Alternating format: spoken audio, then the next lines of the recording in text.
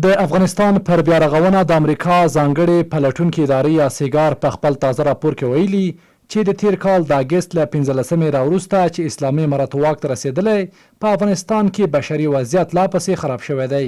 سیګار په افغانستان کې بېوزلۍ ته اندېښنه ښکاره کړې ده او سږکال یې له تیر کال سره په یو راپور کې پرتله کړی دی.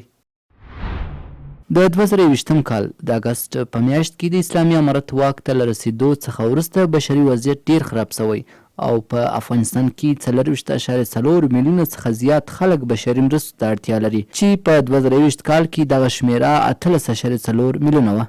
په ورته وخت کې د اقتصاد له ډګره کارپوهان د افغانستان د روان ناوړه اقتصادي وضعیت د مسؤلیت ګوته نړیوالې ټولنې ته نیسي او زیاتوي چې نړیواله ټولنه نه تنها چې د افغانستان حاکم نظام په رسمیت نه پیژني بلکې د افغانستان په بانکي سیستم یو لړ بندیزونه لګولي دي.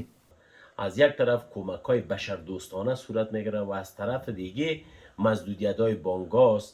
تاجر سکتور خصوصی نمیتونه که از پول خود استفاده کنه و افغانستان به رسمیت نمیشناسند. بدبختی افغانستان همش از جامعه جهانی است. پیشنهاد من این است که باید جامعه جهانی در قدم اول اگر به رسمیت نمیشناسه کار خودشان است باید محدودیت‌های بانک‌ها را رهایی بدن تا که ثبات اقتصاد به پای خود استاد شود و دوم دیگه کمک‌های بشردوستانه خود اضافه بسازند تا که مشکل مردم در شرایط فعلی مردم در فقر زندگی میکنه مشکل مردم از این فقر برای مردم دستشان به کار شود. باید جامعه جهانی در هر شرایط بالخصوص در شرایط فعلی با مردم افغانستان کمک کنند. له دې ډګره یو شمېر نور بیا د سیګار راپور پر ځای بولي او زیاتوي چې ټولې هغه عایداتي چارې چې خلکو ته د کار زمینه برابروي په ټپه ولاړ دي. خو دوی د نړۍ له لوري د اسلامي امارت په رسمیت پیژندل نړیوالو سره د اړیکو بېرته رغول او د نړیوالو مرستو جلبول افغانستان کې د روان اقتصادي وضعیت د حل لاملونه یادوي. د نړیوالو سره تجارتي اړیکې ډېرې کمرنګه شوي دي. تجارت، پانګونه او ترڅنګ نور هغه اقتصادي چارې چې هغه خلکو ته د عاید زمینه برابروي یا هم خلکو ته د کار زمینه برابروي هغه په کافي اندازه کمې شوي دي. دا ټول هغه لاملونه دي چې ورځ تر بلې په افغانستان کې د بیکارۍ کچه زیاتېږي او ترڅنګ غربت او د خلکو د عوایدو کچه راټیټېږي چې دا مستقیما د خلکو په ژوند باندې تاثیر لري. پر همدې مهال د افغانستان اسلامي امارت مني چې هیواد کې اقتصادي ستونزې شته خو د سیګار ادارې راپور په غبرګون کې وایي چې په دې اندازه نه کومه چې یاده اداره یادوي.